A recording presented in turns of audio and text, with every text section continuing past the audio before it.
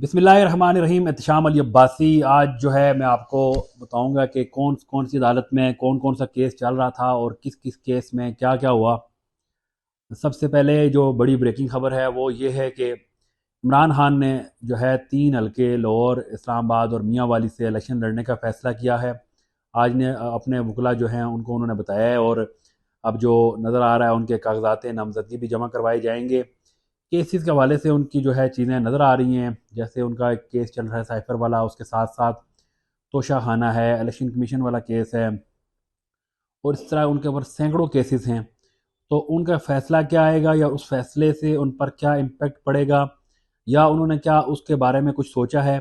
तो ये एक बड़ी बात है कि इमरान खान ने खुद ही जो है जब कागजात जमा कराने का फ़ैसला किया है, तो लग ऐसा रहा है कि उनको केसेस से कोई सरोकार नहीं है, और ना उन केसेस में होने वाली सज़ाओं के साथ उनको कोई उस चीज़ की कोई परेशानी नज़र आ रही है। तो आज ये बड़ी खबर है। उसके साथ साथ इलेक्शन कमीशन में आज जो है कागजात नामजदगी जो है जमा कराने का जो है सिलसिला शुरू हो गया है।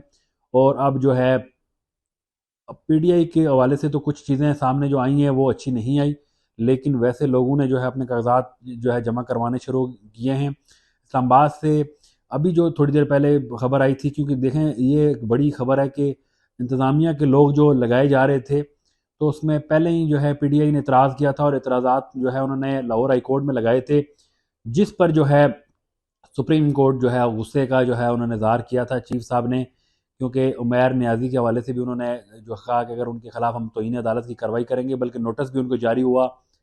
तो उस केस का जो सबसे बुनियादी मकसद यही था कि अगर आप इंतज़ामिया के लोग लगाएंगे तो वो लोग फिर जो है मौके पे धांधली करते हैं या उनसे धांधली करवाई जाएगी, तो वो बड़ा इजीली सारी चीज़ें मैनेज हो जाएंगी। आज भी जो है एसी जो सेक्रेटरीट हैं अब्दुल्ला, उन्होंने इलेक्शन कमीशन में जो मीडिया के दाखिले पे पाबंदी लगाई है, और उन्होंने बड़ा गुस्से का इजहार किया है, और उन्होंने मीडिया को अंदर नहीं आने दिया। तो ये चीज़ें जो अब सामने आ रही हैं, तो इससे कभी भी शफाफ इलेक्शन नहीं होते नज़र आ रहे। और साथ साथ ये चीज़ आप देखें कि पीटीआई के जो मुख्तलिफ जो है मुल्क के मुख्तलिफ हिस्से हैं जहाँ पर जो है पीटीआई के लोग निकले, जैसे बैरिस्टर उमैर न्याजी के वालिद से जो है उनके डॉक्यूमेंट छीन लिए गए, और कई जगहों पे जो है जो उम्मीदवार हैं उनके वीडियो बयान भी आ रहे हैं, बल्कि अमजद न्याजी हैं उन्होंने सियासत ही छोड़ दी है। हालांकि वो आखिरी दम तक जो उनकी वीडियो आपने देखी थी थाने के अंदर खड़े होकर, उन्होंने कहा कि मैं इमरान खान का साथ नहीं छोड़ने वाला। तो अब जो नज़र आ रहा है कि उनके वो सियासत छोड़ गए, और बेशुमार ऐसी वीडियोस हैं, वो ऐसी जगह हैं जहाँ पर पीटीआई के लोग जो निकलते हैं तो उनसे जो है उनके साथ ज्यादती होती है, और उनको पुलिस गिरफ्तार कर लेती है। साथ साथ एक बड़ी लिस्ट जो सामने आई है वो है थाना आरे बाज़ार का, जो एफआईआर है 9 मई का। तो वो बड़ा ख़तरनाक है। उसमें जो है तकरीबन 63 लोगों के नाम है, जिसमें वासिक यूं अब्बासी भी है, हम्माद अजहर हैं, और उसके साथ साथ पीटीआई की जो है बड़ी जो क़यादत जरताज गुल, इस तरह के बड़े बड़े नाम हैं उसमें। तो वो ऐसे लोग हैं जो उनको जो है उस एफआईआर में डाल दिया गया। जुल्फ़ी बुखारी का नाम है, जो कि बताया जा रहा है कि जब ये 9 मई का वाक़या हुआ, जुल्फ़ी बुखारी जो है मुल्क में मौजूद ही नहीं थे, तो उनका भी नाम उस एफआईआर में है। तो अब ये चीज़ें उस वक्त जब इलेक्शन अनाउंस हो गए, तो इलेक्शन अनाउंस होते के साथ ही अगर आपने इस तरह की कार्रवाइयाँ शुरू कर दी और फिर आप कहते हैं कि फ्री एंड फेयर इलेक्शन होंगे, तो लोग देख रहे हैं। अब ये ऐसा तो नहीं है कि कोई बिल्कुल ही अनजान है, हर बंदे को नज़र आ रहा है कि हो क्या रहा है। अगर जो है इस तरह का माहौल पैदा किया गया तो इलेक्शन जो है मुतनाज़ भी हो सकता है, लेकिन दूसरी जानिब अगर देखा जाए तो अभी तक समझ नहीं आ रही कि इलेक्शन होगा या नहीं होगा। उसकी वजह ये है कि बार कौंसल जो है मुल्क के मुख्तलिफ जो है बार कौंसल है, उन्होंने भी एतराज़ात लगाए चीफ इलेक्शन कमिश्नर पर।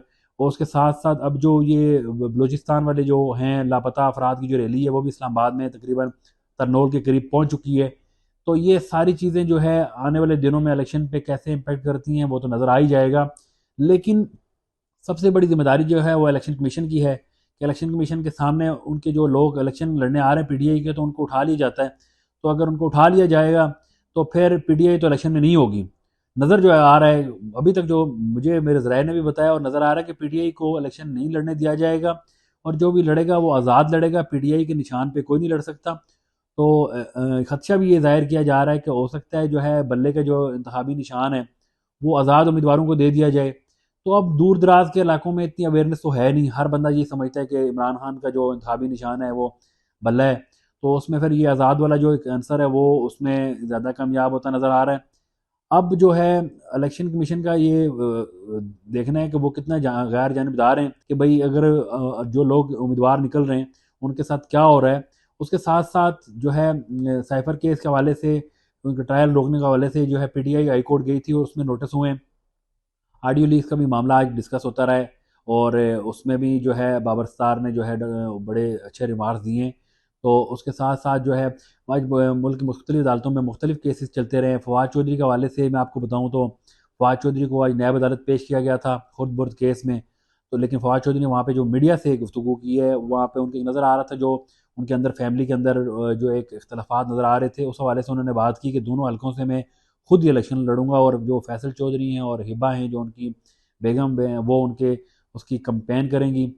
अब मैं जो देख रहा हूँ और आप लोग भी देख रहे हैं, कोई भी अब देखें बताने की बातें नहीं है, हर बंदे को पता है कि इस वक्त क्या हो रहा है।